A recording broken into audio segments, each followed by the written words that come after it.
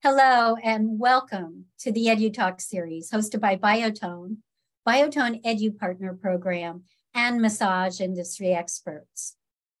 Massage schools, students, and practicing therapists have met the challenges presented by COVID. And the EduTalk series hosted by Biotone continues to support virtual learning and building massage community by connecting you with industry experts who shared their knowledge and expertise on topics not only for class discussion, but career success. Tonight's expert is Adrienne Asta, who began her massage career in 2001. She's an NCBTMB-approved educator, a contributor to industry textbooks, and is certified in neuromuscular therapy and prenatal massage. She's co-owner of Center for Self-Care in Tucson, Arizona, and as president of the Massage Therapy Foundation, she's chair of the Community Grants Review Committee and serves on the Development and Marketing Committee. Let's listen and learn as Adrienne introduces the newly updated research network, MassageNet. She'll share how you can collaborate with this practice-based research network, explaining how the data you collect in clinical practice can aid researchers in understanding what happens in the field versus controlled research settings. MassageNet is a free, member-driven community of clinicians and researchers who encourage and engage massage therapists into contributing their practice-based research, ultimately benefiting all. So thank you, Adrienne. And I will turn the screen over to you. I'll be back on the other side. Everyone, please be sure you are muted and your video is off. And feel free to chat questions to Adrienne during the chat that will be answered at the end. Again, thank you, and here we go. Thank you. Thank you, Danelle, and to Biotone for having us on here. I'm gonna jump in with just a personal story about my involvement with the foundation. So today's topic is about the practice-based research network.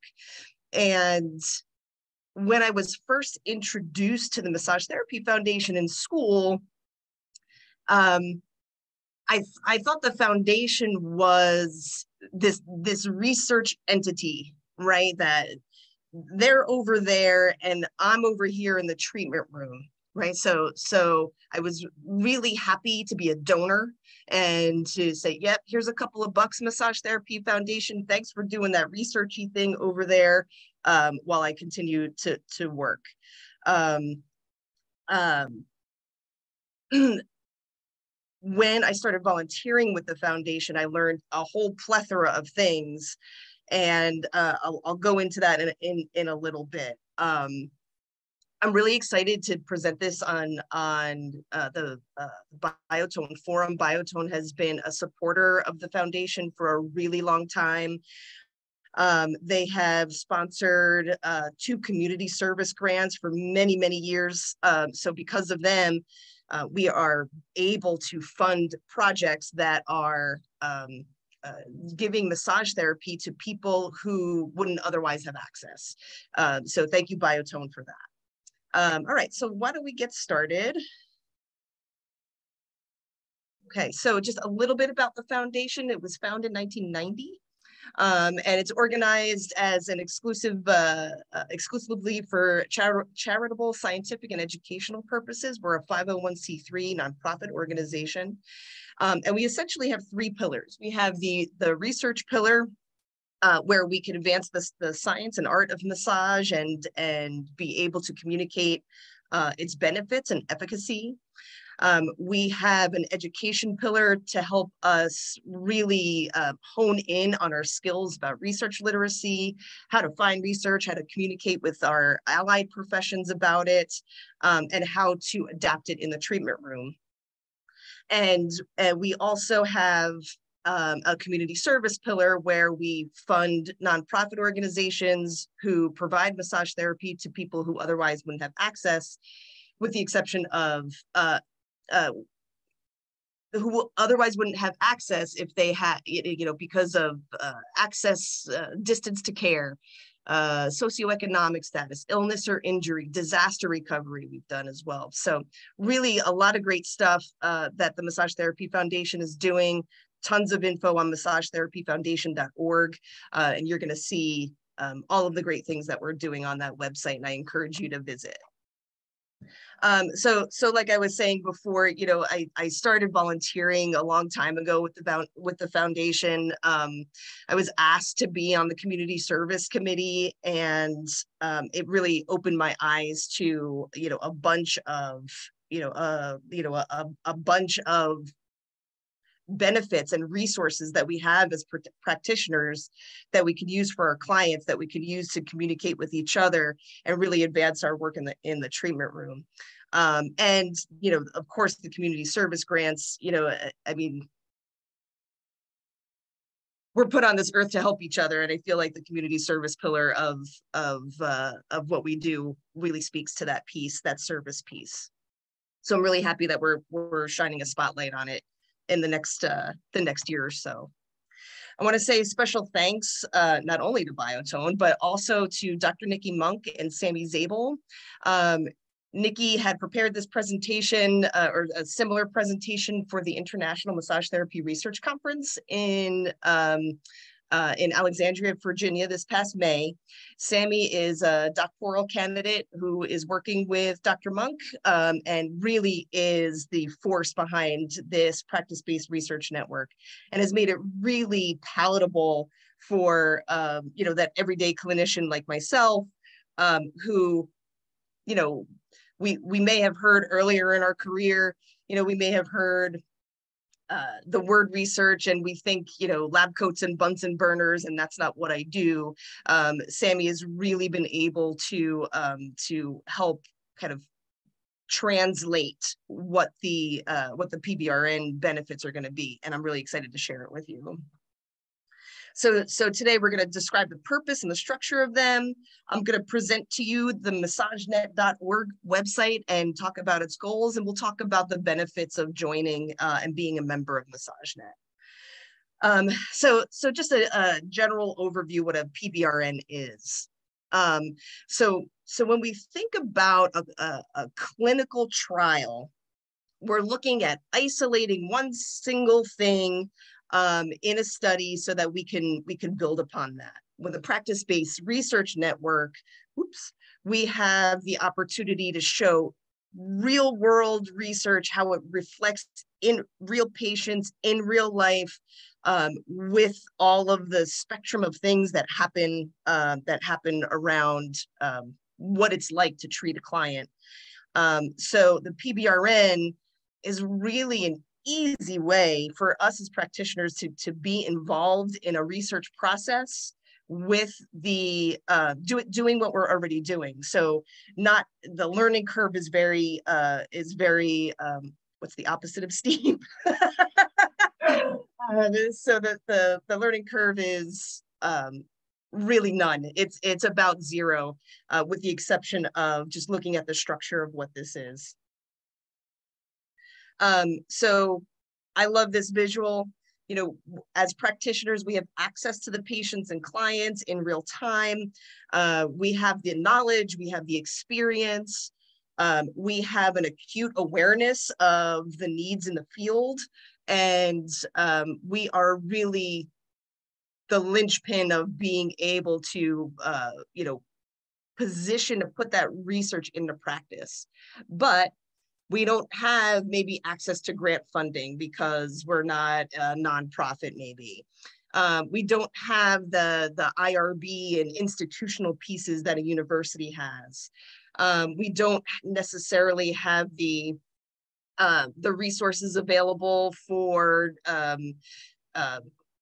gaining the knowledge for certain types of data collection. And we may not have the writing experience either that's necessary for the research process. So the PBRN puts these two pieces together. These next slides, this next slide here is just showing you that PBRNs are pretty much everywhere, and they are going to be a help for us as we move forward with our PBRN. We can learn from outcomes from other PBRNs.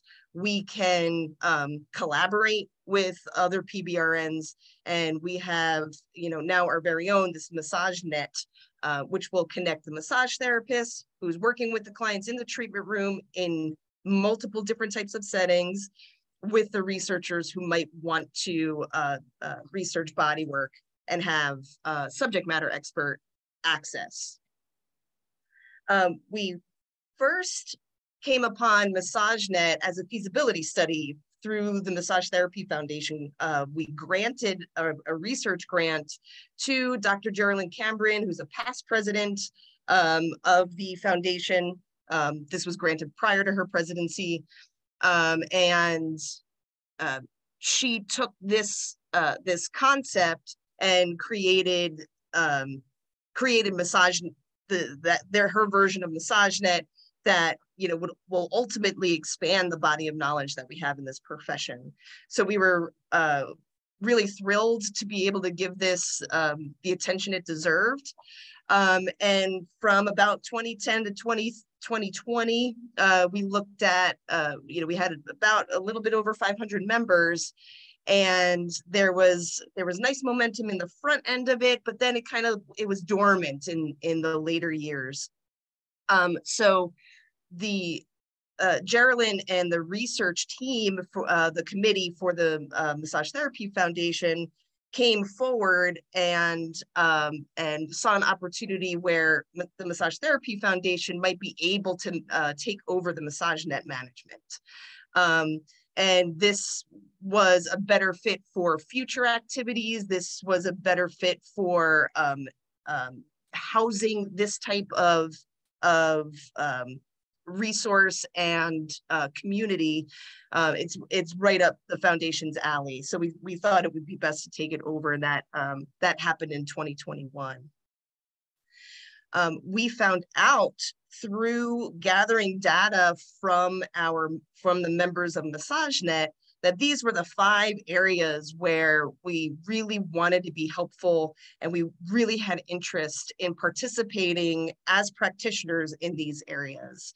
They feel right in line. I've been practicing since 2001, and these 5 categories feel like a good overarching spectrum of what we want to look at and where we want to grow as far as knowledge is concerned. This is just what the members are saying, so everything feels nice and in line. So 68 of those original members continued membership, and they gave us really good input about how we can engage other practitioners.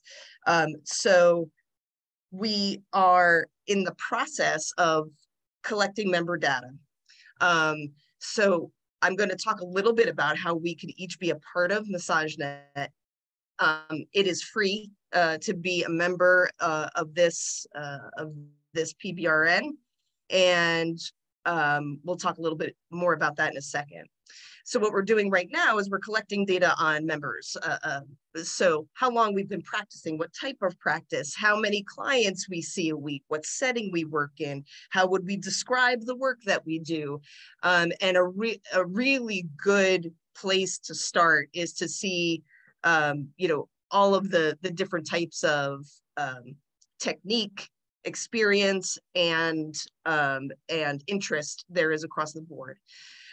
What this is going to do is when we put a call out for massage work, for research work about massage, it's going to say, let's say we have a researcher out of the University of Arizona here in Tucson. and they want to do a research study on how massage therapy affects multiple sclerosis, let's say. What will happen is we will put a call out to the members of MassageNet and see who's in the area who can help with this particular study. And the good thing about being a member is that there's no commitment. If you decide that, you know what, I don't see MS patients in my practice and I don't have the time or the personal resources in this moment to be able to give my time over. So you just don't answer, you just don't answer that call for that particular project. But the way that we can match a researcher and a practitioner, we need to really have some information, some demographic information from the practitioners to see where we're going. We're hoping to create some educational resources to learn about research methods, ethics, analysis, etc. So that's all happening right now. So we're not quite at a point where we're putting active research into play. We are at a point where we want to collect as many members as possible in order to have a really robust pool of people to choose from when this research happens. So you can be involved. You can be involved with this. So again, we are in a prime position as practitioners to be able to move research in the direction that it needs to move in. And we're the subject matter experts that the researchers are looking for. So we are asking if you would like to join, and we're hoping that you do. You can scan this QR code right now. It will take you to the survey. Once you finish the survey, there'll be one follow-up one after that. It's going to collect all of that information that I had asked you, that we had asked for before. How long do you practice? How long have you been practicing? How many massages a week? What environment, etc. You could go right to the website and read a little bit more about it, MassageNet.org. And of course, the MassageNet Facebook page is active right now. So go ahead and like, share, follow all of the things that we do on socials for connecting. So really, we have an exciting time right now because we are laying a really strong foundation, pun intended, for gathering data that is ultimately going to take us to the next level of research. And so we hope that you're going to be part of it. You could always email me at president@massagetherapyfoundation.org. And you could always visit our website, massagetherapyfoundation.org, to get more information about MassageNet. And just wanted to say thank you for your time this evening and wanted to entertain any questions. I'm coming. Okay, I'm back. That was really very interesting, and to just get a better picture of how this came to be under the Massage Therapy Foundation umbrella, and that life is being breathed back into it. Now, I wondered, when someone signs up, is there a level of participation, commitment that they are making? Do they have to report in every week, every month, randomly? How does that part of it work from the therapist? You can be as quiet as you want to be. The hope is, this is a forum for sharing. So I'm hoping that we will get some, some level of engagement. However, the initiation is going to start from our end, where we'll put a call out. We are also hoping to use MassageNet for some kind of journal club, which is journal clubs kind of exist in other professions as well, where you're taking latest research articles you know, and we could do that with the Ijtmb, where, you know, a group of people in the area, we put a call out on MassageNet. Hey, we're going to journal club about, you know, about this quarter's journal, you know, read this particular article and come and discuss it. You know, that's another way this will work. So that's kind of second tier to what we're currently, you know, doing as far as gathering members at this moment. So right now, if you don't want to, you know, if you want to be in the database, but don't have a bunch of time to commit, I still encourage you to sign up, because when you do have time, or there is a subject matter, there is subject matter that you do resonate with, you could just, you know, answer the call right away. All right. I had another question, but I saw some chats come in. Okay. And one is, what kind of data can we pull from Foundation if we join? Okay, so I want to be clear on a differentiation here. The Massage Therapy Foundation is not a membership organization. Okay. You do not need to be a member of the Massage Therapy Foundation in order to get access to the resources. MassageNet, which the foundation manages, you do need to sign up as a member. So you could pull a whole bunch of resources from the Massage Therapy Foundation, MassageTherapyFoundation.org, webinars, and the Ijtmb is something that we fund in collaboration with the Registered Massage Therapists of British Columbia. And you can, that's PubMed indexed, right? So you can pull data from that resource as well. Infographics, we have a place on the MassageTherapyFoundation.org website where you can type in massage and see what kind of articles are around. So plenty to pull from. You do not need to be a member of the foundation. Please be a member of MassageNet. It doesn't cost anything, and there's really low commitment. And when the commitment does happen, you'll be ready for it. Also, we talked about the individual therapists. How can schools participate?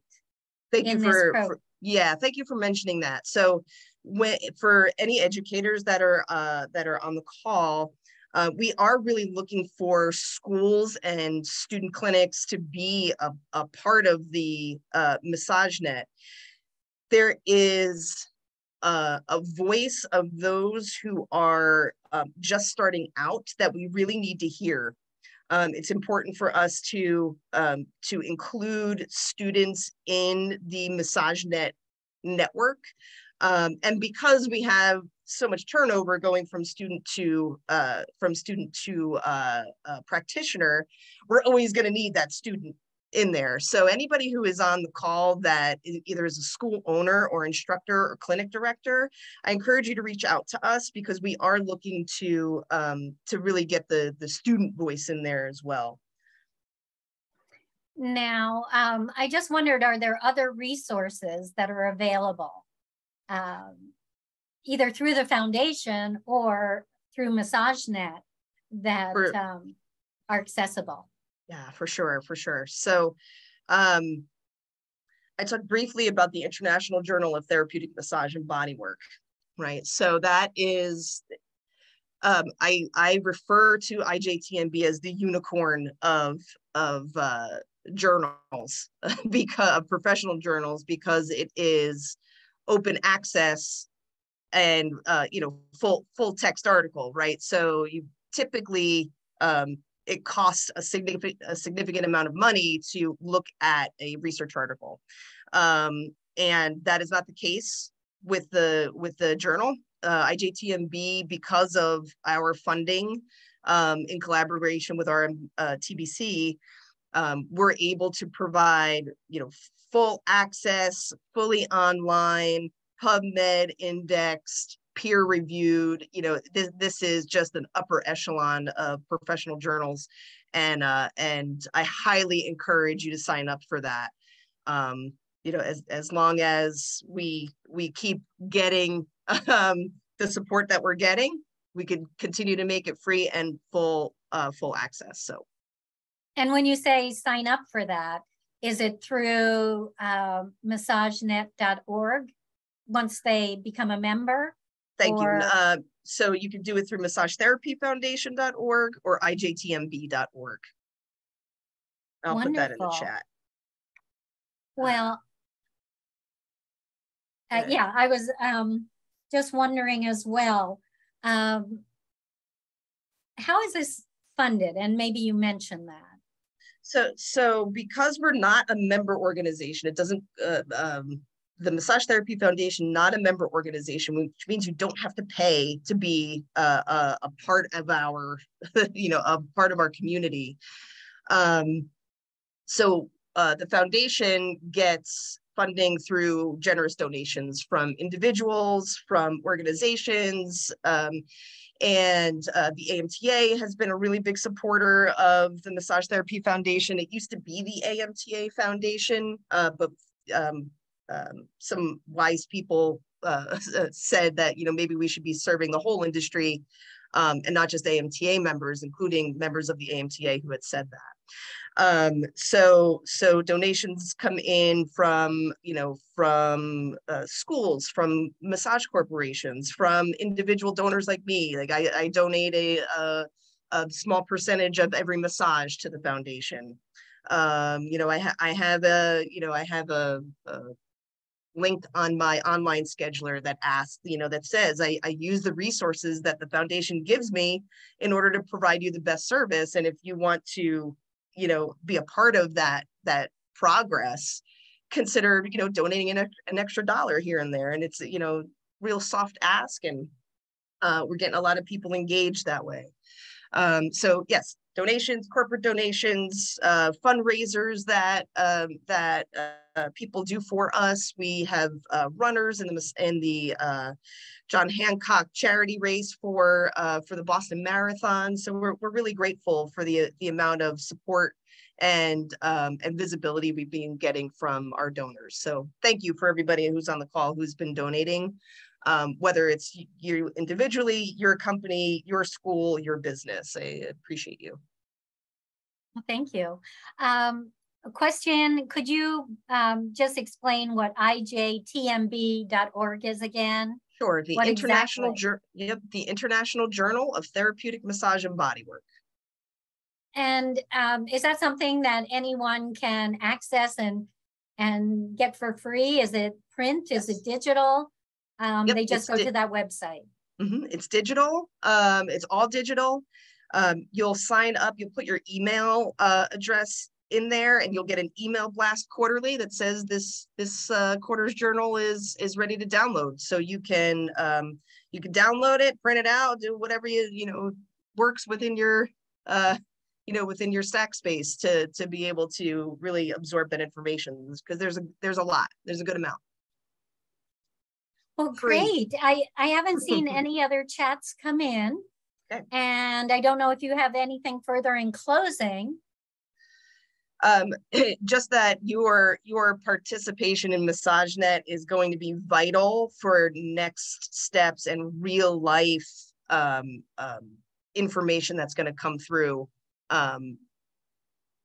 for future research projects, right? So your input's important.